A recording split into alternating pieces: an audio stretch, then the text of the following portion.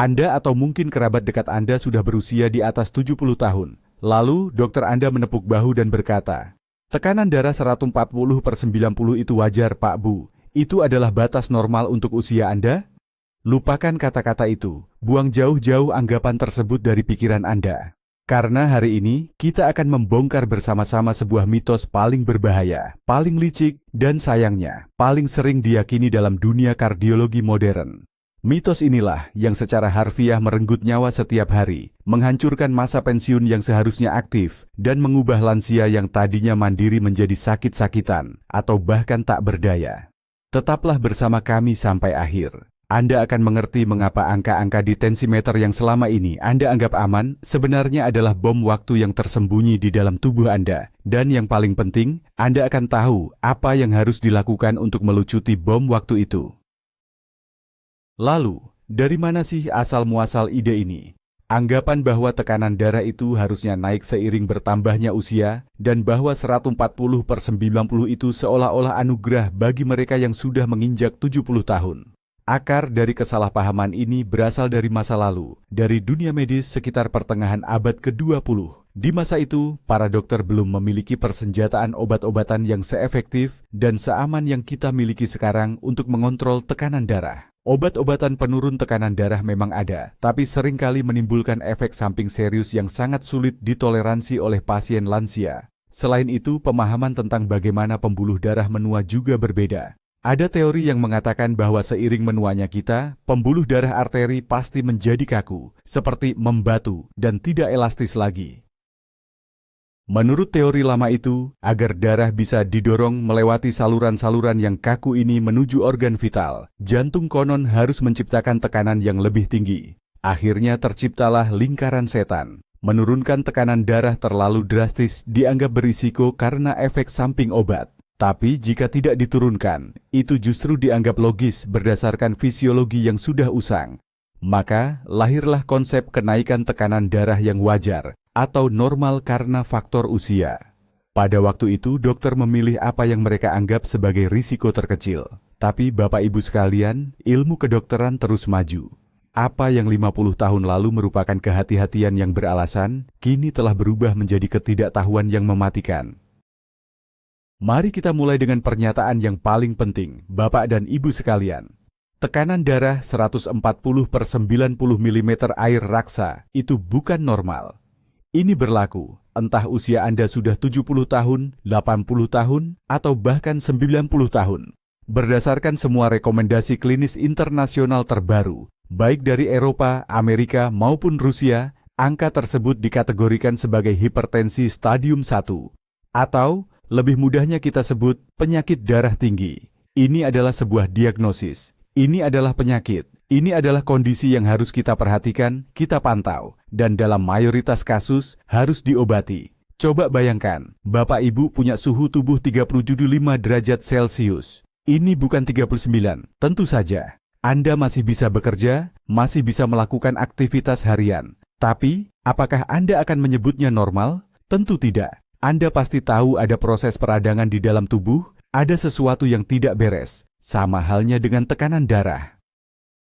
140/90 ini bukanlah krisis hipertensi mendadak yang membuat Anda langsung pingsan. Ini ibarat proses peradangan kronis yang berjalan lambat, namun pasti merusak pembuluh darah Anda dari dalam.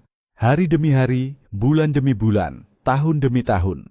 Bahaya kondisi ini terletak pada kelihatannya yang tidak berbahaya. Seringkali orang tidak merasakan tekanan darah setinggi itu. Tidak pusing, tidak sakit kepala, tidak ada kunang-kunang di mata. Mereka menjalani hidup biasa, yakin bahwa semuanya baik-baik saja. Karena, di usia saya, memang semua orang tekanan darahnya begini. Inilah perangkap utamanya. Selagi kita berada dalam keyakinan yang salah ini, penyakit itu terus bekerja merusak tanpa suara. Ini persis seperti rayap yang diam-diam menggerogoti tiang penopang rumah Anda. Dari luar, rumah terlihat kokoh dan aman. Sampai suatu hari, atapnya ambruk menimpa kepala Anda. Dalam kasus kita, atap yang ambruk itu adalah stroke, serangan jantung, atau gagal ginjal dan gagal jantung. Oleh karena itu, hal pertama yang harus kita lakukan adalah mengubah sikap. Berhentilah menganggap penyakit sebagai hal yang normal. Akui bahwa angka 140/90 adalah masalah yang harus kita tangani, bukan sekadar ciri khas usia yang harus kita terima. Ini adalah langkah pertama dan terpenting untuk menjaga kesehatan Anda dan memperpanjang hidup aktif yang berkualitas. Untuk memahami mengapa peningkatan tekanan darah yang kecil sekalipun bisa begitu merusak, mari kita bayangkan sejenak kondisi pembuluh darah kita. Idealnya, arteri itu bukan hanya pipa, melainkan organ hidup yang sangat kompleks. Dinding bagian dalamnya, yang disebut endotelium, adalah lapisan sel yang sangat tipis dan halus, selembut sutra. Lapisan ini punya banyak fungsi vital, mengatur ketegangan pembuluh darah, mencegah penggumpalan, dan mengontrol pertukaran zat antara darah dan jaringan. Sekarang, bayangkan jika sistem yang sehalus ini terus-menerus dialiri darah dengan tekanan yang berlebihan. Apa arti 140 mm air raksa? 140 mmM akara. Rasanya seperti Anda menyiram tanaman anggrek yang rapuh dengan semprotan air bertekanan tinggi dari selang pemadam kebakaran. Tekanan darah yang terus-menerus berlebihan ini secara harfiah memukul endotelium. Ini melukainya, menyebabkan keretakan dan kerusakan mikroskopis. Tubuh kita tentu saja berusaha menambal kerusakan ini. Bagaimana caranya?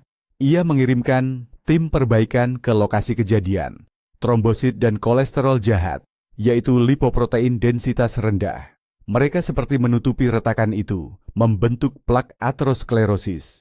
Pada tahap awal ini mungkin menyelamatkan pembuluh darah agar tidak pecah. Tapi masalahnya tekanan darahnya tetap tinggi. Tekanan terus menghantam dinding, menyebabkan luka baru. Tim perbaikan bekerja tanpa henti, dan plak itu terus menumpuk, tumbuh berlapis-lapis, seperti stalagmit di gua. Lama-kelamaan ia makin membesar, menyempitkan saluran pembuluh darah. Darah sudah tidak bisa mengalir bebas lagi. Sementara itu, dinding arteri itu sendiri, di tempat pembangunan inflamasi ini terus terjadi, kehilangan kelenturannya. Ia menjadi kaku, keras dan rapuh. Alih-alih selang yang fleksibel dan elastis, yang kita dapatkan adalah pipa plastik tua yang retak, siap pecah kapan saja. Dan proses ini terjadi serentak di ribuan pembuluh darah di seluruh tubuh Anda, di jantung, di otak, di ginjal, di mata. Inilah yang sesungguhnya terjadi pada orang yang hidup dengan tekanan darah normal karena usia, di angka 140/90, 140/90. Ini adalah penghancuran diri sistem pembuluh darah yang berjalan lambat namun pasti. Nah, sekarang mari kita bahas tentang jantung. Bagaimanapun juga, jantung adalah motor utama sistem peredaran darah kita, dan dia adalah korban pertama dari tekanan darah tinggi atau hipertensi. Apa yang harus dilakukan jantung ketika ia dipaksa memompa darah melalui pembuluh darah yang menyempit dan kaku? Jantung harus bekerja ekstra keras dengan pengerahan tenaga yang luar biasa. Coba bayangkan, Anda berusaha memencet pasta gigi yang kental melalui lubang tube yang sangat kecil. Anda pasti harus menekannya sekuat tenaga, kan? Hal yang sama terjadi pada jantung kita. Untuk melawan hambatan yang tinggi di pembuluh darah, otot jantung yang disebut miokard terpaksa berkontraksi jauh lebih kuat daripada biasanya. Jantung itu adalah otot, dan apa yang terjadi pada otot manapun jika terus-menerus diberi beban berlebihan, misalnya jika setiap hari Anda mengangkat barbel yang terlalu berat, otot itu akan mulai membesar, volumenya bertambah. Proses ini disebut hipertrofi. Sekilas, ini mungkin terlihat seperti tanda baik, jantung menjadi lebih kuat, tapi ini adalah kesalahpahaman yang sangat berbahaya. Hipertrofi miokard di bilik kiri atau ventrikel kiri, bagian inilah yang paling menderita, adalah proses yang patologis. Ototnya membesar, tapi suplai darahnya tidak cukup untuk menopang pertumbuhan itu. Arteri koroner, yaitu pembuluh darah yang memberi makan jantung itu sendiri, tidak bisa menyediakan cukup darah dan oksigen untuk massa otot yang sudah membesar ini. Akibatnya, sel-sel miokard mulai kekurangan oksigen. Kondisi ini disebut iskemia atau kekurangan pasokan darah. Selain itu, otot yang membesar ini menjadi lebih kaku. Ia kehilangan kemampuan untuk rileks secara normal. Ini mengganggu proses pengisian darah ke jantung dan pada akhirnya akan memicu kondisi paling serius, gagal jantung kronis. Penderita akan mulai mengalami sesak napas, bengkak atau edema dan cepat lelah. Jantungnya benar-benar kelelahan. Jantung itu aus, seperti kuda yang dipacu terus-menerus tanpa henti. Ia bekerja hingga melampaui batas selama bertahun-tahun, berusaha keras mengatasi tekanan yang oleh sebagian orang disebut tekanan normal untuk usia tua. Dan pada titik tertentu, energinya habis. Ini bisa bermanifestasi sebagai serangan jantung atau infak miokard, di mana sebagian otot jantung mati karena kekurangan suplai darah, atau bahkan menyebabkan kematian jantung mendadak. Itulah harga yang harus dibayar mahal akibat mitos tekanan darah wajar untuk usia tua itu. Organ sasaran berikutnya yang menerima hantaman keras dari tekanan darah tinggi adalah otak kita. Otak itu sendiri adalah organ yang sangat boros energi. Meskipun beratnya hanya sekitar 2% dari berat badan, otak menyerap hingga 20% dari seluruh oksigen dan nutrisi yang masuk ke tubuh. Untuk bekerja optimal, otak membutuhkan sistem peredaran darah yang sangat sempurna, yang terdiri dari pembuluh-pembuluh darah yang halus dan rentan. Lalu, apa dampaknya jika tekanan darah kita terus-menerus mencapai 140/90? Yang terjadi adalah proses kerusakan yang sama, persis seperti yang sudah kita bahas sebelumnya. Dinding arteri yang memberi makan otak akan menebal, kehilangan elastisitas, dan saluran pembuluhnya menyempit akibat plak lemak atau aterosklerosis. Ini menimbulkan gangguan kronis pada sirkulasi darah di otak. Akibatnya, otak kita terus-menerus kekurangan oksigen dan glukosa. Bagaimana gejala ini muncul?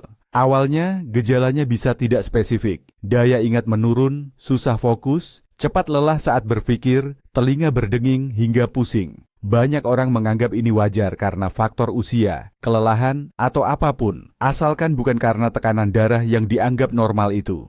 Lama-kelamaan, seseorang akan makin sulit berpikir jernih, susah mencari kata yang tepat saat bicara, dan gampang lupa kejadian baru-baru ini.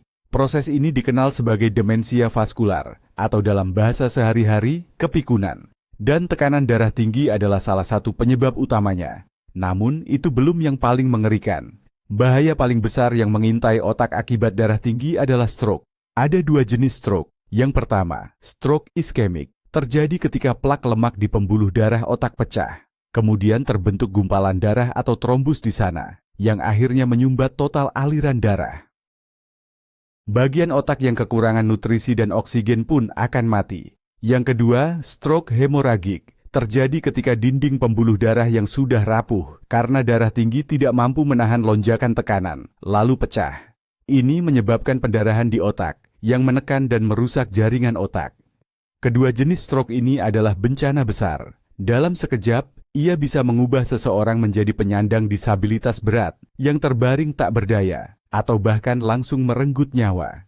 Risiko bencana ini akan berlipat ganda, terutama jika Anda hidup dengan tekanan darah 140/90, namun tetap menganggapnya normal.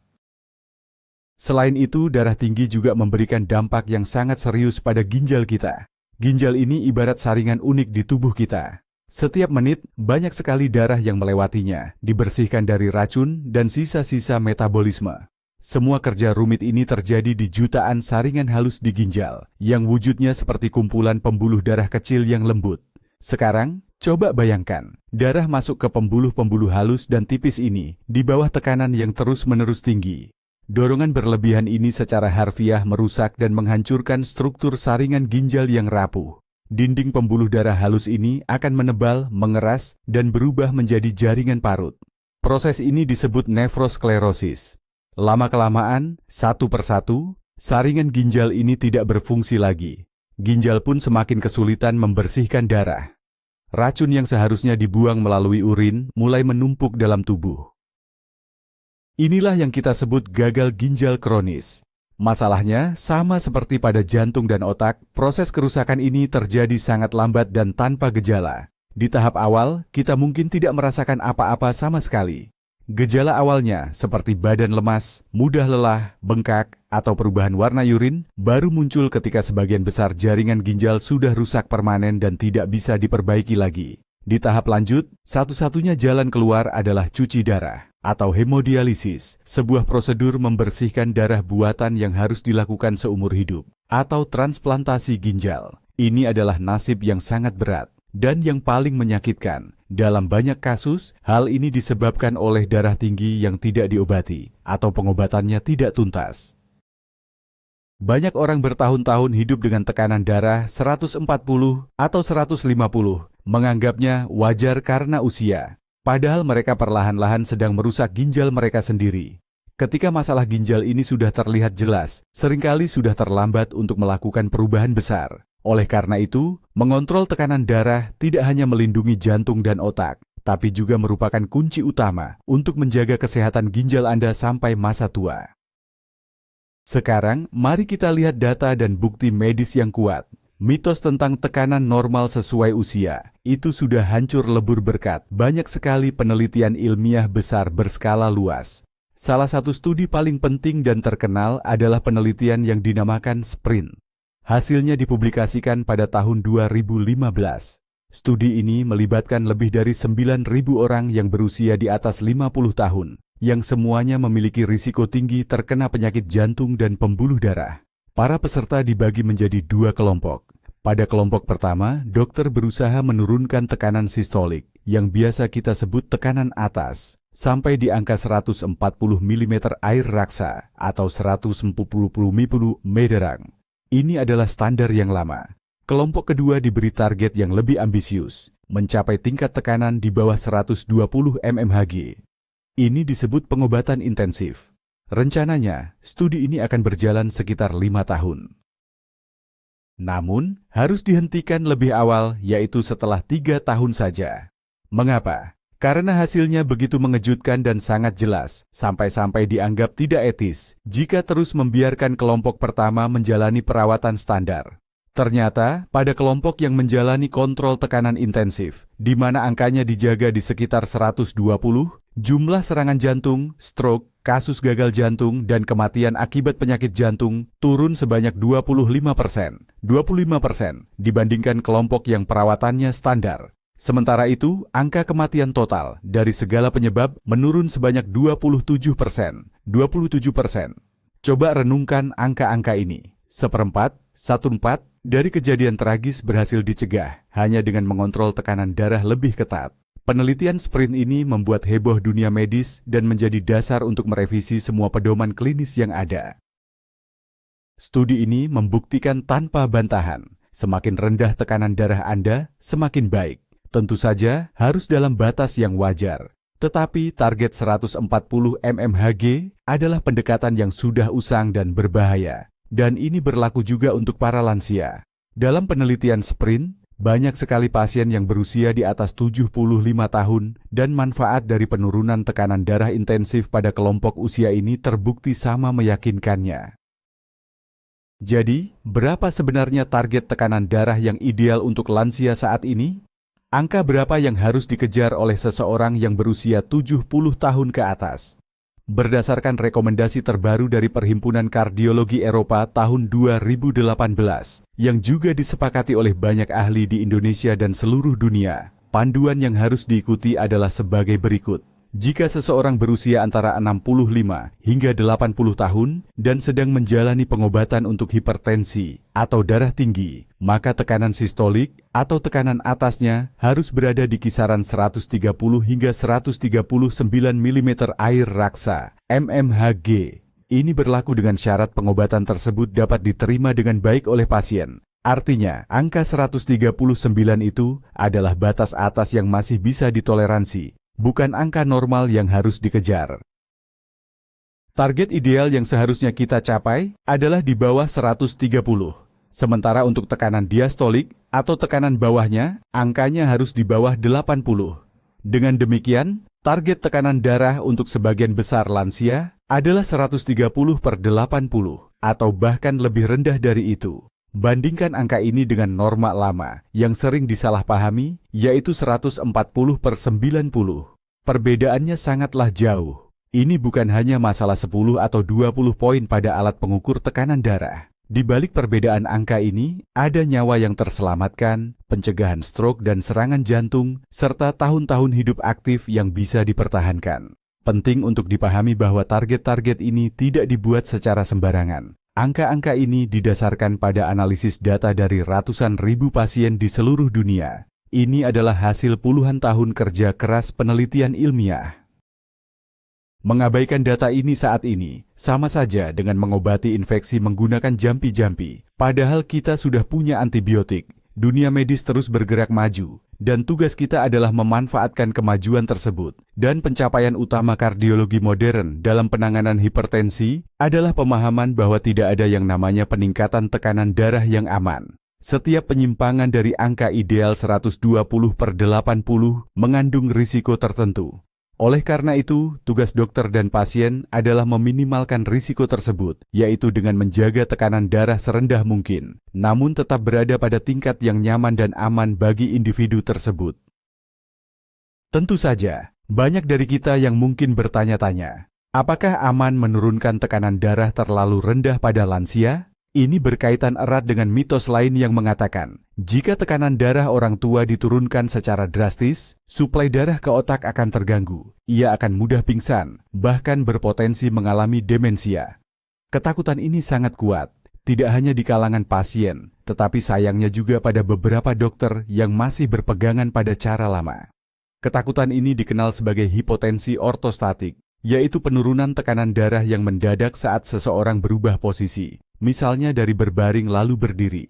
Memang benar, efek samping ini mungkin terjadi pada obat penurun tekanan darah, terutama di awal pengobatan atau jika dosisnya kurang tepat.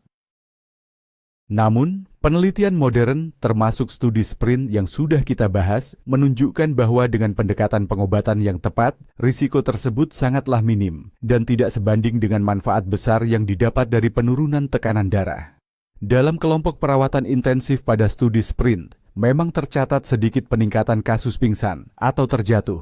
Namun, yang paling penting, jumlah cedera serius akibat insiden jatuh tersebut ternyata sama di kedua kelompok. Sementara itu, seperti yang kita ingat, jumlah kasus stroke dan serangan jantung menurun hingga 1/4 bagian. Jadi, mana yang Anda pilih? Risiko hipotetis dan kecil kemungkinan hanya akan terjatuh dan memar, atau risiko nyata dan tinggi terkena stroke dan berakhir lumpuh? Jawabannya, menurut saya, sudah sangat jelas. Kata kunci di sini adalah pendekatan yang cerdas dan terencana. Mengelola hipertensi pada lansia itu adalah sebuah seni. Dokter harus memilih terapi dengan sangat hati-hati, dimulai dari dosis yang rendah, meningkatkannya secara bertahap, sambil terus memantau kondisi pasien. Penting juga untuk menggunakan obat-obatan modern yang bekerja secara lembut dan jangka panjang, tanpa menyebabkan fluktuasi tekanan darah yang tajam. Pasien juga harus diajarkan aturan keselamatan, seperti bangun dari tempat tidur secara perlahan dan menghindari gerakan mendadak.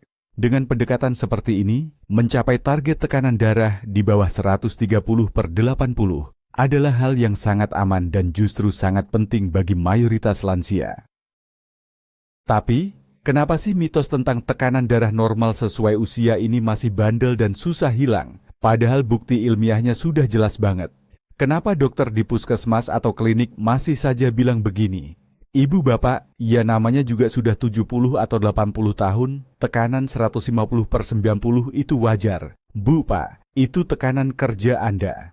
Ada beberapa alasan kenapa ini terjadi. Yang pertama, namanya juga kebiasaan lama atau inersia berpikir. Dokter yang belajarnya 30 atau 40 tahun lalu masih memegang teguh ajaran lama. Sulit bagi mereka untuk langsung ikut perubahan atau mempelajari protokol baru. Mereka merasa lebih aman kalau kerja dengan cara yang sudah biasa. Alasan kedua, ini soal waktu yang mepet. Di klinik atau puskesmas, waktu yang diberikan untuk bertemu satu pasien cuma 15-20 menit. Dokter harus memeriksa, mencatat riwayat penyakit, kasih resep, dan mengurus berkas seabrek. Mereka tidak ada waktu untuk menjelaskan panjang lebar kepada pasien senior, kenapa tekanan darah Anda harus turun, bagaimana minum obatnya yang benar, dan apa yang harus diperhatikan. Jauh lebih gampang kalau tinggal bilang saja kalimat standar, itu normal untuk usia Anda, lalu mempersilakan pasien pulang dengan tenang. Ini bukan karena niat jahat, tapi memang karena sistemnya yang kurang mendukung. Penyebab ketiga, ini terkait kita sendiri sebagai pasien senior. Banyak dari kita yang kurang percaya sama obat-obatan, takut sama bahan kimia, atau lebih yakin sama ramuan tradisional. Kita sering bandel, tidak patuh sama anjuran dokter, dan seenaknya saja menghentikan obat kalau merasa sudah baikan. Dokter yang melihat sikap begini akhirnya bisa frustasi, lalu berpikir, ya sudahlah, mending dia tekanan 140 daripada dia tidak minum obat sama sekali. Terakhir, dan ini penting sekali, adalah kurangnya informasi yang jelas dan mudah dipahami oleh masyarakat. Kita sering dapat info kesehatan dari acara TV yang tidak jelas kualitasnya, dari internet atau dari tetangga sebelah. Di tengah kebisingan informasi ini, gampang sekali kita tersesat dan percaya sama mitos yang kedengarannya enak di telinga dan menenangkan. Sebab, tentu lebih nyaman kalau kita pikir tekanan kita normal sesuai umur, daripada harus mengakui kalau kita punya penyakit kronis serius yang butuh pengobatan seumur hidup. Semua faktor ini berkumpul, dan inilah yang membuat mitos berbahaya tentang tekanan darah normal sesuai usia terus berkembang subur. Bapak Ibu, mari kita bahas satu istilah lagi yang sering dipakai orang untuk memaklumi kenapa tekanan darahnya tinggi. Mereka menyebutnya tekanan darah kerja atau working pressure. Sebenarnya, apa sih maksudnya? Biasanya, yang dimaksud dengan istilah ini /adalah tingkat tekanan darah di mana seseorang merasa nyaman secara pribadi. Contohnya, ada yang bilang, tekanan darah kerja saya itu 150/90. Kalau turun dari angka itu, badan saya jadi lemas dan pusing. Tapi kalau 150, rasanya segar. Nah, ini dia salah satu jebakan hipertensi yang paling berbahaya dan licik. Mengapa? Karena tubuh kita ini punya kemampuan adaptasi yang luar biasa. Kalau seseorang sudah bertahun-tahun hidup dengan tekanan darah tinggi, pembuluh darahnya, terutama pembuluh darah di otak, akan terbiasa dengan dorongan darah yang tinggi ini. Sistem pengaturan aliran darah ke otak ikut menyesuaikan diri ke level yang baru, yaitu level yang sudah tidak normal. Ketika kita mulai menurunkan tekanan darah itu menggunakan obat sampai ke angka yang seharusnya normal, sistem adaptasi tadi jadi kaget atau mengalami error. Otak merasa seolah-olah suplai darahnya berkurang drastis. Ia pun memberi sinyal dengan gejala seperti tekanan darah rendah atau hipotensi, yaitu badan lemas, pusing, bahkan mengantuk. Orang yang mengalaminya lalu mengambil kesimpulan yang salah. Ternyata tekanan darah normal itu tidak cocok buat saya, malah bikin sakit. Akibatnya mereka menghentikan pengobatan dan kembali ke tekanan darah tinggi mereka yang nyaman itu. Tapi, nyaman yang bagaimana? Itu hanyalah kenyamanan subjektif untuk perasaan kita, bukan kenyamanan untuk pembuluh darah. Selagi seseorang merasa enak-enak saja, dengan tekanan 150, arteri, jantung, otak, dan ginjalnya terus rusak dengan kecepatan ganda. Ini mirip seperti kita duduk di ruangan di mana gas karbon monoksida, gas beracun, perlahan-lahan meningkat tanpa kita sadari. Awalnya, kita tidak merasakan apa-apa, bahkan mungkin merasa hangat dan mengantuk. Tapi ujung-ujungnya, ini bisa fatal dan menyebabkan kematian. Itulah sebabnya, dalam dunia kedokteran modern, tidak ada istilah tekanan darah kerja jika angkanya di atas normal. Yang ada hanyalah tekanan darah tinggi yang sudah menjadi kebiasaan, yang mana tubuh sudah terlanjur beradaptasi. Tugas dokter yang baik dan bijak adalah tidak mengikuti adaptasi yang merusak ini. Sebaliknya, dokter harus pelan-pelan, bertahap, dan sangat hati-hati melatih ulang tubuh untuk kembali hidup dengan tekanan darah yang normal. Proses ini mungkin butuh waktu beberapa minggu, bahkan berbulan-bulan, tapi ini mutlak harus dilakukan demi menyelamatkan nyawa pasien. Perhatian khusus harus kita berikan pada kondisi lansia yang usianya sangat lanjut, yaitu di atas 80 hingga 85 tahun. Terutama jika mereka berada dalam kondisi lemah, memiliki banyak penyakit penyerta, dan mengalami apa yang disebut sindrom kerapuhan atau frailty. Dalam kasus seperti ini, pendekatan untuk menurunkan tekanan darah harus jauh lebih hati-hati dan sangat individual. Untuk kategori pasien ini, memang tidak ada dasar bukti yang sekuat pada pasien yang lebih muda. Studi penelitian besar umumnya tidak melibatkan pasien-pasien rapuh seperti ini. Oleh karena itu, dokter harus mempertimbangkan potensi manfaat dan potensi risiko dengan sangat cermat. Penurunan tekanan darah yang terlalu agresif pada orang lanjut usia seperti ini justru bisa berbahaya dan dapat menyebabkan jatuh, memburuknya fungsi ginjal, atau gangguan pada peredaran darah otak. Namun, bahkan dengan kehati-hatian ini, bukan berarti tekanan darah 160 atau 170/100 adalah normal bagi mereka. Angka itu tetap merupakan faktor risiko. Hanya saja, target pengobatannya bisa menjadi tidak seketat pasien yang lebih muda. Sebagai contoh, untuk pasien rapuh di atas 80 tahun, target yang cukup dapat diterima adalah tekanan sistolik di bawah 150 mm merkuri. Prinsip utamanya di sini adalah, jangan sampai merugikan. Pengobatan dimulai dengan dosis minimal satu jenis obat saja. Kemudian dosisnya dinaikkan secara sangat lambat dan hati-hati, di bawah pengawasan ketat terhadap kondisi tubuh dan angka tekanan darah. Penting untuk menilai tidak hanya angka yang muncul di tensimeter, tetapi juga kondisi umum orang tersebut, fungsi kognitif, kemampuan merawat diri sendiri, dan apakah sering mengalami pusing atau tidak. Namun, jika lansia berusia 85 tahun tersebut masih aktif, bugar, dan tidak memiliki masalah kesehatan penyerta yang serius, maka aturan yang berlaku sama seperti untuk kelompok usia 70-an. Target tekanan darah idealnya tetap berada di sekitar 130 hingga 139. Usia di kartu identitas bukanlah kriteria utama. Yang jauh lebih penting adalah usia biologis dan kondisi kesehatan secara keseluruhan. Tapi perlu ditekankan, dalam situasi apapun, angka 140/90 bukanlah target yang diinginkan atau dianggap normal. Paling banter, untuk pasien yang sangat lemah, ini mungkin batas atas yang masih bisa diterima, namun sama sekali bukan indikator kesehatan. Mari kita bahas pentingnya mengukur tekanan darah dengan benar. Ini adalah fondasi utama dalam mendiagnosis dan mengontrol penyakit hipertensi. Jika pengukuran Anda salah, angka yang didapat juga akan keliru, yang mana ini bisa menyebabkan Anda dan dokter mengambil keputusan pengobatan yang tidak tepat.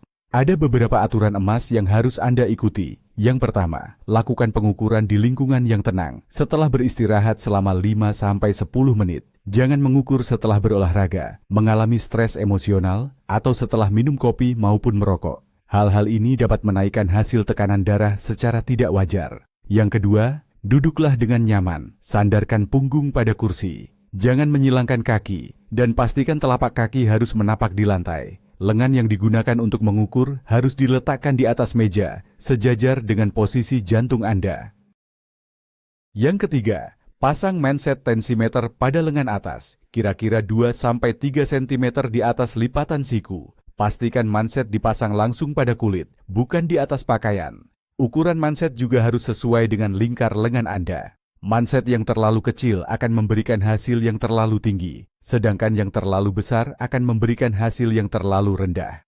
Yang keempat, selama pengukuran berlangsung, Anda tidak boleh berbicara atau bergerak. Yang kelima, lakukan 2-3 kali pengukuran dengan jeda 1-2 menit, kemudian catat nilai rata-ratanya.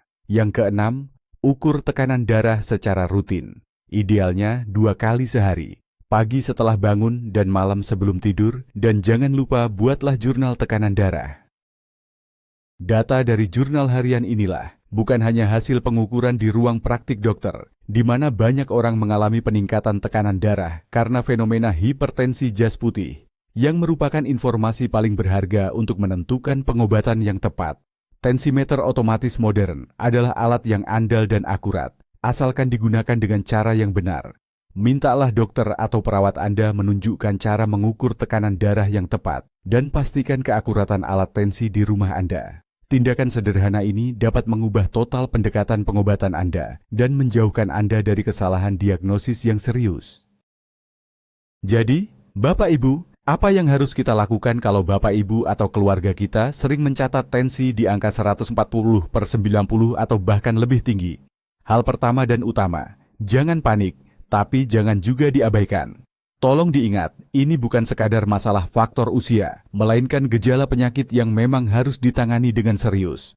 Langkah kedua adalah segera membuat janji dengan dokter yang terpercaya, baik itu dokter umum, atau kalau perlu langsung ke dokter spesialis jantung. Yang paling penting, kita harus mencari dokter yang pola pikirnya sudah mengikuti perkembangan medis terbaru. Kalau ada dokter yang menyepelekan keluhan dan catatan angka tensi Bapak Ibu, bahkan sampai bilang sudah biasa, namanya juga faktor usia, jangan ragu untuk mencari dokter lain. Ingat, Bapak Ibu berhak mendapatkan pelayanan medis yang terbaik, yang didukung oleh penelitian ilmiah terkini.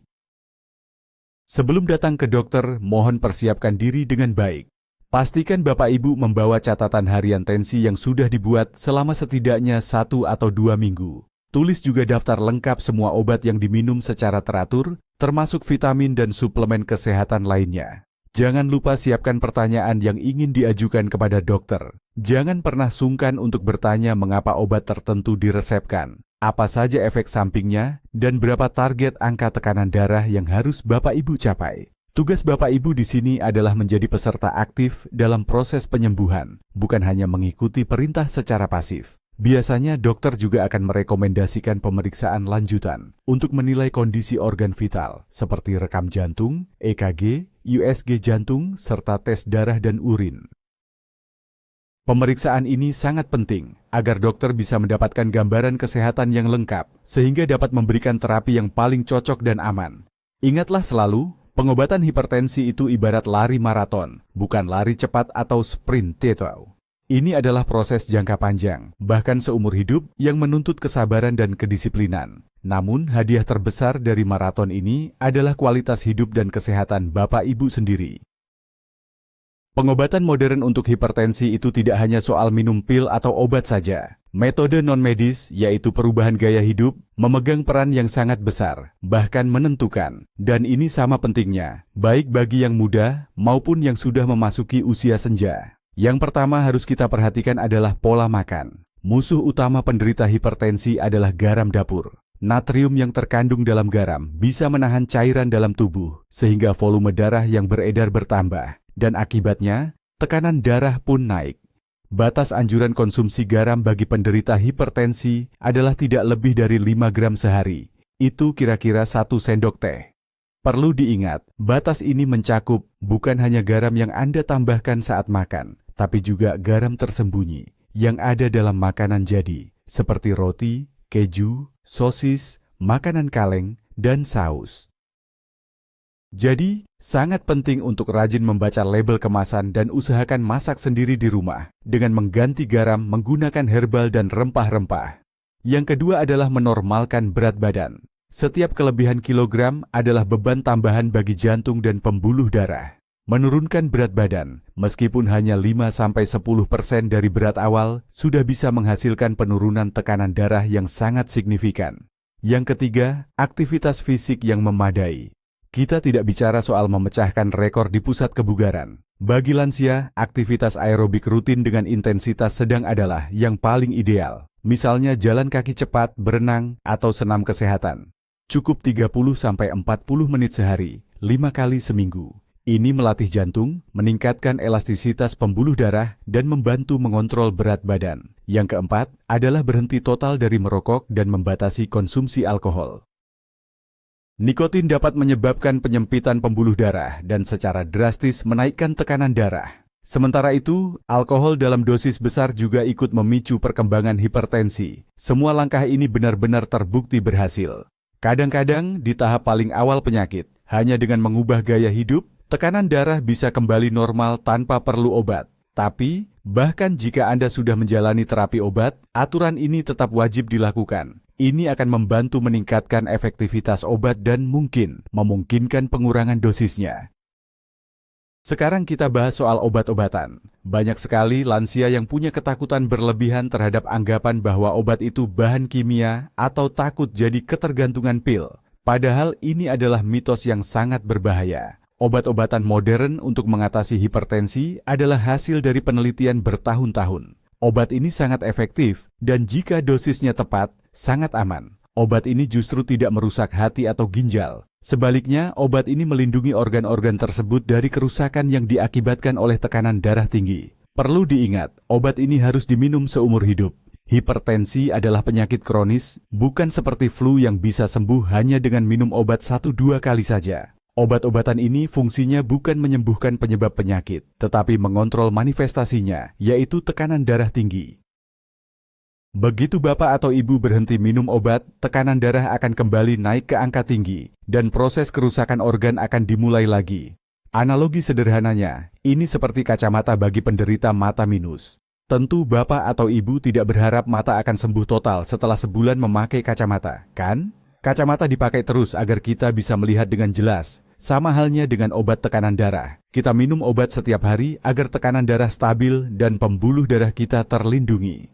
Sangat penting untuk meminum obat sesuai resep dokter di waktu yang sama dan tidak boleh bolos. Jangan pernah mengubah dosis atau menghentikan obat sendiri. Meskipun Bapak atau Ibu merasa segar bugar dan alat tensi menunjukkan angka normal. Angka normal itu bukan tanda untuk berhenti, tetapi justru bukti nyata bahwa pengobatan yang sedang dijalani berhasil. Saat ini ada 5 kelas utama obat hipertensi, dan dokter bisa mengombinasikan obat-obatan tersebut untuk menemukan skema pengobatan yang paling efektif bagi hampir semua pasien. Jika ada obat yang menimbulkan efek samping, jangan ditahan-tahan, apalagi dihentikan sepihak. Segera konsultasikan hal ini ke dokter. Dokter akan mencarikan obat pengganti yang lebih cocok. Kemampuan farmakologi modern sangat luas. Kita pasti bisa dan harus menemukan skema pengobatan yang paling ideal untuk Anda. Mari kita kembali melihat angka-angka ini. Apa sih arti dari 140 dan 90 itu? Tekanan sistolik, atau yang biasa kita sebut tekanan atas. Angka 140 adalah kekuatan saat jantung memompa darah ke arteri ketika ia sedang berkontraksi. Sedangkan tekanan diastolik atau tekanan bawah, angka 90 adalah tekanan yang tersisa di pembuluh darah saat jantung sedang beristirahat di antara detakannya. Dulu banyak yang berpendapat bahwa bagi para lansia, peningkatan tekanan sistolik yang atas jauh lebih berbahaya sehingga tekanan diastolik yang bawah bisa diabaikan. Namun, data terbaru menunjukkan bahwa kedua angka ini sama-sama penting dan memiliki nilai prediksi bahaya yang independen. Peningkatan salah satu angka di atas batas normal akan sangat meningkatkan risiko Anda terkena serangan jantung dan stroke. Ada kondisi yang sangat perlu diwaspadai, yang disebut hipertensi sistolik terisolasi. Ini terjadi ketika tekanan atas Anda tinggi, misalnya 160, tapi tekanan bawah Anda normal, misalnya 80. Kondisi ini sangat khas dan sering terjadi pada orang yang sudah berusia lanjut. Hal ini terkait dengan pengerasan dan kekakuan pembuluh darah arteri besar, terutama aorta. Dulu, orang sering menganggapnya sebagai tanda penuaan yang tidak bisa dihindari dan menutup mata terhadapnya. Tapi sekarang kita tahu, hipertensi sistolik terisolasi ini adalah pertanda bahaya besar yang mengancam stroke dan serangan jantung. Kondisi ini memerlukan pengobatan aktif, sama seperti jenis hipertensi lainnya. Jadi, saat Anda melihat alat pengukur tekanan darah Anda, kedua angka itu sangatlah penting. Jika salah satunya melebihi target aman, yaitu 130/80, itu adalah alasan kuat untuk khawatir dan segera berkonsultasi dengan dokter. Jangan hanya menenangkan diri dengan berpikir, tekanan bawahnya normal kok.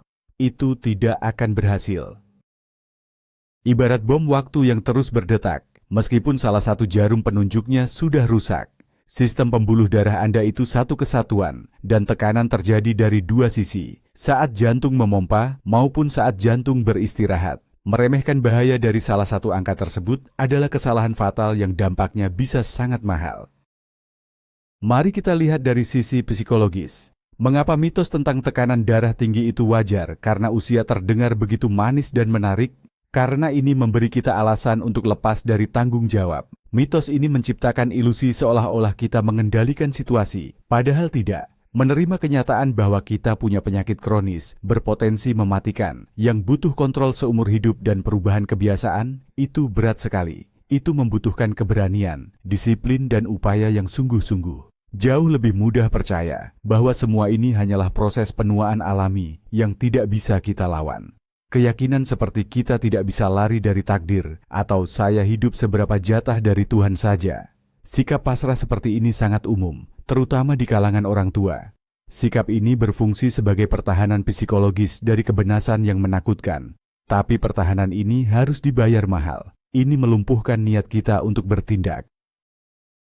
Kita jadi malas mengukur tekanan darah, karena buat apa bikin stres saja. Kita berhenti minum obat karena toh tidak akan menolong. Kita terus makan seenaknya dan menjalani gaya hidup yang kurang gerak, karena di usia saya ini sudah terlambat untuk berubah. Itu adalah jalan buntu, jalan menuju stroke, serangan jantung, dan masa tua yang penuh ketergantungan. Jadi, melawan darah tinggi itu, pertama-tama adalah melawan rasa takut, prasangka, dan kemalasan kita sendiri. Ini adalah perubahan cara pandang. Ini adalah pengambilan tanggung jawab penuh atas kesehatan kita. Anda harus menjadi manajer utama bagi kesehatan Anda sendiri. Dokter adalah konsultan Anda, asisten Anda, tetapi pekerjaan utamanya harus dilakukan oleh Anda sendiri. Kontrol tekanan darah harian, minum obat rutin, pola makan yang benar, dan aktivitas fisik, semua ada di tangan Anda.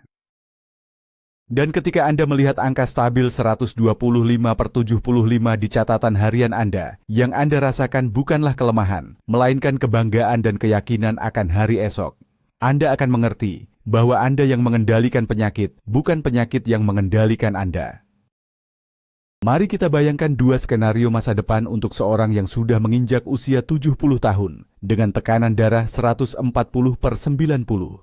Skenario pertama, anggapan normal karena usia tua. Orang ini percaya pada mitos tersebut. Ia jarang mengukur tekanan darah, tidak minum obat secara teratur, dan menganggap pusing ringan atau telinga berdengung itu biasa, faktor usia. Ia terus menjalani hidup seperti biasanya. Apa yang menantinya? Dalam 1, 2, atau mungkin 5 tahun, pembuluh darahnya akan perlahan rusak. Awalnya, ia hanya merasa lebih cepat lelah, lalu napasnya mulai terengah-engah saat naik ke lantai 3. Setelah itu, daya ingatnya menurun, dan sulit berkonsentrasi. Suatu hari yang buruk, setelah stres atau aktivitas fisik, tekanan darahnya melonjak hingga 200. Ambulans, rumah sakit, dan diagnosis. Krisis hipertensi. Ia akan diobati. Kondisi akutnya diatasi, lalu dipulangkan. Tapi masalah utama belum selesai. Tidak lama kemudian, mungkin di tengah malam atau menjelang pagi, bencana terjadi. Stroke iskemik, tubuh bagian kanan lumpuh, kemampuan bicara terganggu. Sisa hidupnya adalah perjuangan untuk setiap tarikan napas dan setiap gerakan. Ia menjadi sangat bergantung pada anak cucunya. Kehidupan aktifnya pun berakhir sudah. Skenario kedua, sikap yang bijaksana. Orang ini menyadari bahwa tekanan darah 140/90 itu adalah penyakit. Ia pergi ke dokter, menjalani pemeriksaan dan mendapatkan terapi yang cocok. Ia membeli tensimeter yang bagus dan rajin mencatat hasilnya di jurnal. Ia mengubah pola makannya, mulai lebih banyak bergerak. Setiap hari ia disiplin minum 1 atau 2 pil kecil. Tekanan darahnya pun stabil di angka 130/80. Apa yang menantinya? Ia terus menjalani gaya hidup yang aktif. Ia bermain dengan cucu, pergi ke kebun, bertemu teman-teman, dan tetap membaca buku. Otaknya mendapat pasokan darah yang cukup, sehingga ia tetap memiliki pikiran yang jernih dan daya ingat yang baik. Jantungnya bekerja tanpa beban berlebih, ginjalnya berfungsi normal. Memang, ia punya penyakit kronis, tapi penyakit itu terkendali penuh.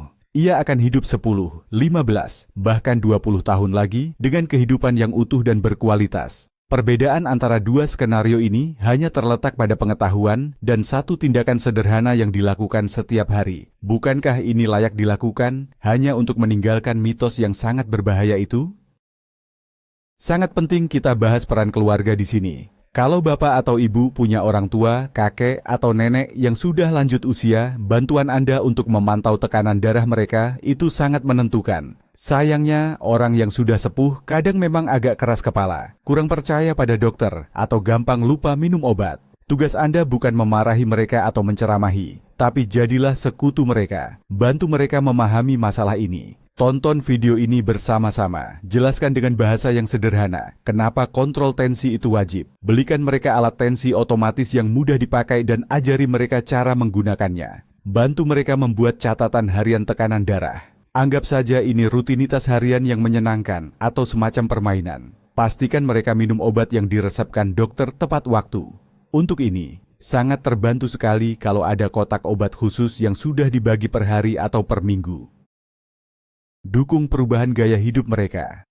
Masak makanan yang tidak terlalu asin. Ajak mereka jalan kaki atau berolahraga ringan bersama. Dampingi mereka saat kunjungan ke dokter. Ajukan pertanyaan yang mereka rasakan mengganggu atau yang mereka lupa tanyakan. Dukungan dan keterlibatan Anda adalah faktor paling kuat yang akan membantu orang terkasih Anda patuh pada saran dokter dan bisa hidup lebih lama. Seringkali, orang tua merasa sendirian saat harus melawan penyakit. Ketika mereka melihat Anda peduli dan khawatir, ini memberi mereka kekuatan dan motivasi. Jangan sepelekan atau abaikan keluhan kesehatan mereka. Dan yang paling penting, jangan dukung mitos tentang norma tekanan darah sesuai usia. Kalau ibu atau nenek Anda bilang, kata dokter, 140 itu sudah biasa untuk usia tua, jangan setuju. Dengan lembut tapi tegas, jelaskan bahwa ilmu kedokteran itu terus berkembang, dan standar kesehatan hari ini sudah berbeda. Bisa jadi nasihat Anda yang tepat waktu dan cerdas inilah yang akan menyelamatkan nyawa orang yang paling Anda sayangi. Mari kita bahas sedikit soal urusan biaya atau duit. Ada sebagian orang, terutama bapak dan ibu yang sudah pensiun, menolak berobat karena berpikir, obat itu mahal sekali. Nah, ini adalah anggapan yang keliru. Pertama, kesehatan itu harta tak ternilai harganya. Biaya yang dikeluarkan untuk mengobati akibat stroke atau serangan jantung, apalagi jika harus merawat orang sakit yang sudah terbaring lama, itu jauh lebih mahal daripada harga obat tekanan darah yang harus diminum rutin setiap hari selama bertahun-tahun. Intinya, mencegah selalu lebih hemat daripada mengobati bencana besar. Kedua, sekarang ini di pasaran sudah banyak sekali yang namanya obat generik. Perlu diingat, ini bukan barang palsu. Obat generik adalah tiruan berkualitas tinggi dari obat aslinya, yang diproduksi setelah masa paten obat aslinya habis. Obat-obatan generik ini memiliki zat aktif dan dosis yang sama, serta efektivitas yang sama dengan obat aslinya. Tapi harganya bisa berkali-kali lipat lebih murah. Untuk hampir semua obat mahal, pasti ada pilihan obat generik yang lebih terjangkau, tapi mutunya tetap sama. Diskusikan hal ini dengan dokter Anda. Minta dokter Anda menuliskan resep dengan nama zat aktif obatnya, atau yang biasa disebut nama internasional non-paten. Dengan resep itu, Anda bisa memilih sendiri di apotek, obat mana yang paling sesuai dengan kantong Anda. Ditambah lagi, banyak obat untuk penyakit jantung dan pembuluh darah masuk dalam daftar obat penting dan esensial, dan harganya sudah diatur oleh pemerintah. Bahkan, bagi kategori warga yang berhak menerima subsidi, obatnya bisa didapatkan secara gratis. Jadi, masalah biaya tidak seharusnya menjadi penghalang bagi pengobatan. Justru, jauh lebih mahal jika Anda tidak melakukan apa-apa. Jangan pelit terhadap kesehatan Anda sendiri. Anggap saja investasi pada kebiasaan minum pil tekanan darah setiap hari adalah investasi terbaik seumur hidup Anda. Hasil yang manisnya adalah Anda akan menikmati umur panjang, aktif, dan bahagia. Mari kita bahas organ target lain yang juga rentan diserang hipertensi. Misalnya, mata kita. Di dalam retina mata, ada jaringan pembuluh darah yang sangat halus. Tekanan darah tinggi yang terus-menerus dapat merusak pembuluh ini. Ini bisa menyebabkan pendarahan dan pembengkakan pada saraf mata. Kondisi ini disebut retinopati hipertensi. Awalnya mungkin tidak terasa ada gejala apa-apa, tapi lama-kelamaan penglihatan bisa memburuk secara bertahap, bahkan sampai menyebabkan kebutaan total. Pemeriksaan rutin ke dokter mata itu sangat penting. Dokter bisa melihat kondisi pembuluh darah Anda melalui pemeriksaan di dasar mata. Ini adalah bagian wajib dari pemeriksaan bagi pasien hipertensi. Target lain adalah pembuluh darah tepi, arteri perifer, terutama yang ada di kaki. Tekanan tinggi yang diperparu oleh penyumbatan lemak atau aterosklerosis akan menyempitkan arteri ini. Akibatnya aliran darah ke otot-otot kaki berkurang. Gejala khas yang muncul adalah nyeri saat berjalan atau claudicatio intermittent. Ketika kita berjalan, muncul rasa sakit hebat di betis yang memaksa kita untuk berhenti sejenak. Pada kasus yang parah, ini bisa menyebabkan gangren dan bahkan harus diamputasi. Jadi, jelas bahwa hipertensi itu adalah penyakit sistemik. Penyakit ini tidak hanya menyerang satu organ saja. Hipertensi merusak seluruh sistem pembuluh darah tubuh kita, dari ujung kepala sampai ujung kaki. Tidak ada satupun organ atau jaringan tubuh yang tidak menderita karena kekurangan pasokan darah dan tekanan yang berlebihan. Oleh karena itu, ketika Anda mengontrol tekanan darah, Anda tidak hanya melindungi jantung dan otak dari risiko stroke dan serangan jantung. Anda juga melindungi penglihatan, ginjal, dan kaki Anda. Anda melindungi seluruh tubuh Anda secara menyeluruh. Ini adalah perlindungan total yang menjamin kesejahteraan dan kualitas hidup yang baik untuk Anda di masa tua. Banyak yang khawatir, kalau sudah mulai minum obat, nanti harus minum seumur hidup. Ya, itu memang benar. Tapi, kenapa hal ini harus kita takuti? Jutaan penderita diabetes sudah rutin menggunakan insulin atau obat penurun gula seumur hidup. Orang yang mengalami hipotiroid juga seumur hidup minum hormon tiroid. Mereka tidak merasa terbebani, karena mereka mengerti pengobatan itu wajib demi kelangsungan hidup mereka. Lalu, mengapa pandangan terhadap obat tekanan darah ini berbeda? Seharusnya, minum pil penurun darah tinggi itu bisa menjadi bagian yang rutin dan alami dalam keseharian Anda. Sama seperti Anda menyikat gigi. Anda tidak pernah lupa sikat gigi, karena Anda tahu itu pencegahan karies. Sama juga dalam hal ini, Anda minum obat untuk mencegah stroke atau serangan jantung. Ini bukan tanda kelemahan, ini adalah tanda kebijaksanaan dan tanggung jawab. Kedokteran modern memberi kita kesempatan emas untuk mengelola kesehatan dan mencegah penyakit yang parah. Menolak kesempatan ini hanya karena mitos atau prasangka lama jelas sangat tidak bijaksana. Coba lihat dari sisi yang berbeda.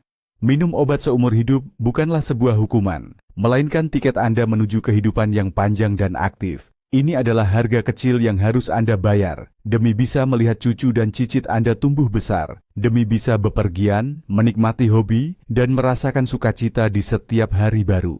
Apakah 1 atau 2 pil setiap hari itu terlalu mahal untuk kebahagiaan seperti ini? Ubah cara pandang Anda terhadap pengobatan. Jangan anggap ini sebagai beban, tapi anggaplah pengobatan ini sebagai sekutu setia Anda dalam upaya meraih kesehatan dan umur panjang. Anda akan lihat betapa hidup akan jadi jauh lebih mudah dan tenang saat Anda tahu ancaman utama kesehatan Anda sudah terkendali dengan baik. Mari kita bicara soal bagaimana stres memengaruhi tubuh kita. Stres itu adalah pemicu utama yang bisa menaikkan tekanan darah. Ketika kita sedang stres, tubuh kita melepaskan hormon seperti adrenalin dan noradrenalin. Hormon ini yang membuat jantung kita berdebar lebih kencang dan pembuluh darah menjadi sempit. Ini adalah reaksi pertahanan diri alami yang sudah ada sejak dahulu kala. Tujuannya agar kita siap untuk melawan bahaya atau melarikan diri. Tapi coba kita lihat sekarang. Di zaman modern ini, stres yang kita alami sifatnya lebih kronis. Stres batin yang terus-menerus. Kita tidak lagi dikejar harimau purba, tapi kita malah sibuk khawatir soal berita, bertengkar dengan orang terdekat, atau cemas memikirkan hari esok. Sayangnya, reaksi tubuh kita terhadap kecemasan itu tetap sama. Jika tekanan batin ini terus-menerus terjadi, sistem jantung dan pembuluh darah kita dipaksa bekerja di bawah ketegangan kronis. Inilah yang akhirnya memicu muncul dan berkembangnya penyakit tekanan darah tinggi atau hipertensi. Hal ini sangat penting, apalagi bagi bapak ibu lansia yang mungkin sering merasa sendiri atau punya kekhawatiran berlebih soal kesehatan dan kondisi keuangan. Karena itu, mengelola stres adalah kunci penting untuk mengontrol tekanan darah. Lalu, apa saja yang harus kita lakukan? Yang pertama, perhatikan kualitas tidur. Tidur malam yang nyenyak dan cukup itu ibarat obat alami terbaik untuk melawan stres. Yang kedua, lakukan teknik relaksasi. Ini bisa berupa senam pernapasan, meditasi, atau relaksasi diri. Hanya dengan menarik napas dalam-dalam dan perlahan selama 10-15 menit saja sehari, kita bisa menurunkan tingkat kecemasan dan tekanan darah secara signifikan. Yang ketiga, carilah kegiatan menyenangkan yang membawa sukacita dan bisa mengalihkan perhatian dari pikiran negatif. Misalnya, menekuni hobi, bertemu teman baik, mendengarkan musik favorit, atau berjalan-jalan di alam terbuka. Intinya, kita harus belajar mengalihkan fokus dari hal yang bikin cemas ke hal yang positif. Tentu saja, mustahil bagi kita untuk menghilangkan stres sepenuhnya dari kehidupan. Namun, belajar bagaimana merespon stres dengan benar tanpa membiarkannya merusak kesehatan Anda adalah tugas yang sangat penting dan realistis, terutama bagi Bapak Ibu yang saat ini menderita hipertensi. Mari kita simpulkan. Mitos-mitos keliru apa saja tentang tekanan darah normal sesuai usia yang sudah kita bongkar hari ini? Mitos pertama, angka 140/90, 140/90 itu normal untuk usia lanjut. Faktanya, angka ini sudah termasuk hipertensi stadium 1 dan wajib segera diobati. Mitos kedua, tekanan darah memang seharusnya naik seiring bertambahnya usia. Faktanya, kalau tubuh kita sehat, tekanan darah akan tetap stabil sepanjang hidup. Tekanan darah tinggi justru merupakan sinyal adanya masalah pada pembuluh darah. Mitos ketiga, yang penting itu bagaimana perasaan kita, bukan angkanya. Faktanya, hipertensi dijuluki pembunuh diam-diam. Penyakit ini bisa tidak menimbulkan gejala selama bertahun-tahun sambil diam-diam merusak organ kita dari dalam. Patokan kita harus tetap pada hasil pengukuran tensimeter. Mitos keempat, saya punya tekanan darah kerja sendiri. Kalau terlalu rendah, saya malah pusing. Faktanya, ini adalah gejala adaptasi otak yang tidak normal terhadap tekanan darah tinggi. Kita perlu melatih tubuh secara bertahap agar bisa hidup nyaman dengan angka tekanan darah yang normal. Mitos kelima, menurunkan tekanan darah terlalu banyak pada lansia itu berbahaya. Faktanya, jika dilakukan dengan pendekatan yang tepat dan bertahap, Menurunkan tekanan darah hingga target ideal, yaitu di bawah 130/80, itu aman dan sangat penting. Risiko membiarkan tekanan darah tinggi jauh lebih besar daripada risiko pengobatan. Mitos keenam, obat darah tinggi itu bahan kimia berbahaya. Lebih baik pakai jamu atau obat herbal. Faktanya, efektivitas dan keamanan obat-obatan penurun tekanan darah modern sudah terbukti melalui ribuan penelitian. Obat tradisional atau herbal tidak dapat memberikan kendali yang stabil atas tekanan darah dan perlindungan yang dibutuhkan organ-organ penting. Mitos ketujuh, cukup minum obat dalam satu kursus saja, lalu sembuh. Faktanya, hipertensi adalah penyakit kronis. Ini memerlukan minum obat seumur hidup secara teratur dan berkelanjutan. Ingat baik-baik poin-poin ini. Sebarkan informasi ini kepada keluarga dan kerabat Anda. Pengetahuan adalah senjata utama Anda melawan penyakit yang berbahaya ini. Jangan biarkan mitos-mitos lama dan keliru mengendalikan kesehatan dan kualitas hidup Anda. Seringkali kita mendengar pertanyaan, kalau sudah pernah kena stroke atau serangan jantung, apa masih penting mengobati darah tinggi? Sudah telat, ya? Jawabannya jelas dan tegas. Bukan hanya penting, tapi itu wajib dilakukan. Pencegahan sekunder, yaitu upaya mencegah agar tidak terjadi serangan ulang atau musibah berulang, adalah tugas utama dalam ilmu kardiologi, penyakit jantung. Jika di dalam pembuluh darah jantung atau otak Bapak Ibu sudah ada plak-plak aterosklerosis, penumpukan lemak, ini artinya Anda termasuk kelompok yang berisiko sangat tinggi. Dan bagi Anda, mengontrol tekanan darah dengan ketat itu justru jauh lebih penting daripada orang yang belum punya masalah ini. Pengobatan yang tepat setelah serangan jantung atau stroke bisa membantu menstabilkan plak-plak lemak tersebut.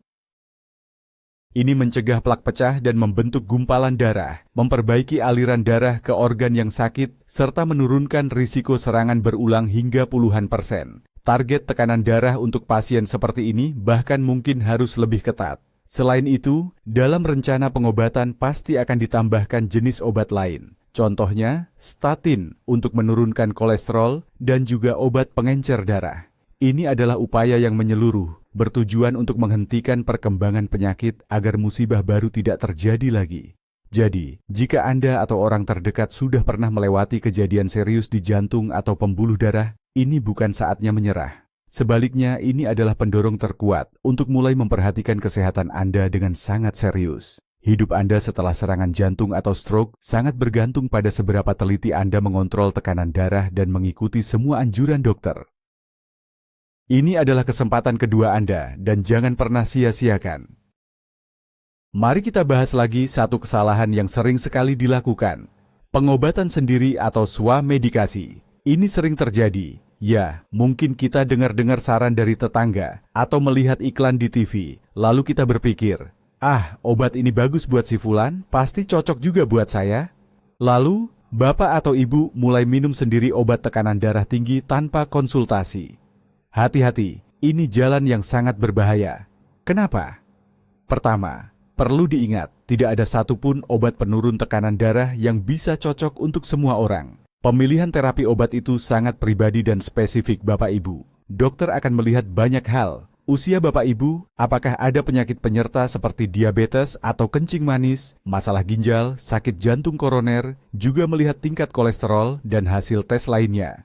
Obat yang ideal untuk satu orang bisa jadi tidak mempan atau bahkan berbahaya bagi orang lain. Kedua, soal dosis. Hanya dokter yang tahu pasti dosis yang tepat untuk tubuh Bapak Ibu dan bagaimana cara menaikkan atau menurunkannya selama proses pengobatan. Ketiga, obat-obatan darah tinggi itu banyak jenisnya dengan mekanisme kerja yang berbeda-beda. Kadang untuk bisa efektif diperlukan kombinasi 2 atau bahkan 3 jenis obat dari kelompok yang berbeda. Hanya dokter ahli yang bisa meramu skema pengobatan yang benar dan tepat. Kalau Bapak Ibu coba-coba minum obat sendiri, paling bagus hasilnya cuma tidak efektif, dan Bapak Ibu jadi membuang waktu berharga sementara penyakit terus memburuk. Yang paling buruk, ini bisa merusak kesehatan Bapak Ibu secara permanen. Contohnya, ada obat-obatan tertentu yang dilarang keras diminum jika kita punya masalah ginjal atau jantung tertentu, dan ini bisa menyebabkan komplikasi yang sangat berat. Jadi, ingat baik-baik. Satu-satunya sumber resep untuk pengobatan hipertensi atau darah tinggi haruslah dokter yang merawat Anda. Jangan lakukan swamedikasi. Dan jangan mudah percaya saran dari orang yang tidak kompeten. Kesehatan Bapak Ibu itu terlalu berharga untuk dijadikan bahan percobaan yang berisiko. Ada satu hal penting yang wajib kita bahas, yaitu gabungan antara penyakit darah tinggi atau hipertensi dengan kencing manis atau diabetes. Ini adalah kombinasi yang sangat berbahaya, bahkan mematikan. Gabungan ini melipat gandakan risiko semua komplikasi yang berkaitan dengan jantung dan pembuluh darah. Baik diabetes maupun hipertensi menyerang target yang sama, yaitu pembuluh darah kita. Diabetes merusak dinding bagian dalam pembuluh darah yang disebut endotelium, membuatnya mudah diserang oleh kolesterol. Sementara itu, hipertensi memperparah masalah ini, mempercepat tumbuhnya plak aterosklerosis. Mereka berdua bertindak seperti dua sekutu jahat yang bekerja sama menghancurkan tubuh Anda dengan kekuatan ganda. Oleh karena itu, bagi penderita diabetes, mengontrol tekanan darah adalah hal yang sangat-sangat penting. Target level tekanan darah mereka pun harus lebih ketat. Jika bagi orang lanjut usia biasa, tekanan 135/85 masih bisa dikatakan masih oke, bagi penderita diabetes, angka ini sudah tergolong sangat tinggi. Bagi penderita diabetes, targetnya adalah 130/80 atau di bawahnya. Bahkan, idealnya bisa lebih rendah lagi, asalkan pasien merasa nyaman dan tidak pusing. Selain itu, untuk pengobatan darah tinggi pada pasien diabetes, dokter biasanya akan memilih kelompok obat tertentu, seperti golongan ACE inhibitor dan sartan. Obat-obatan ini tidak hanya menurunkan tekanan darah, tapi juga memberikan perlindungan ekstra pada ginjal, organ yang paling pertama diserang oleh diabetes. Jika Anda atau kerabat Anda memiliki kedua kondisi ini, hipertensi dan diabetes, Anda harus menyadari bahwa Anda berada dalam kelompok risiko yang sangat ekstrim. Bagi Anda, mengontrol tekanan darah, gula darah, dan kolesterol adalah masalah hidup dan mati. Tidak ada kompromi, tidak ada istilah standar tekanan darah untuk usia tua di sini. Hanya dengan kontrol yang ketat dan berkelanjutan, serta kepatuhan pada semua nasihat dokter, barulah Anda bisa terhindar dari konsekuensi yang fatal. Sebagai penutup dari pembahasan besar ini, saya ingin menekankan sekali lagi, menua itu bukanlah sebuah penyakit.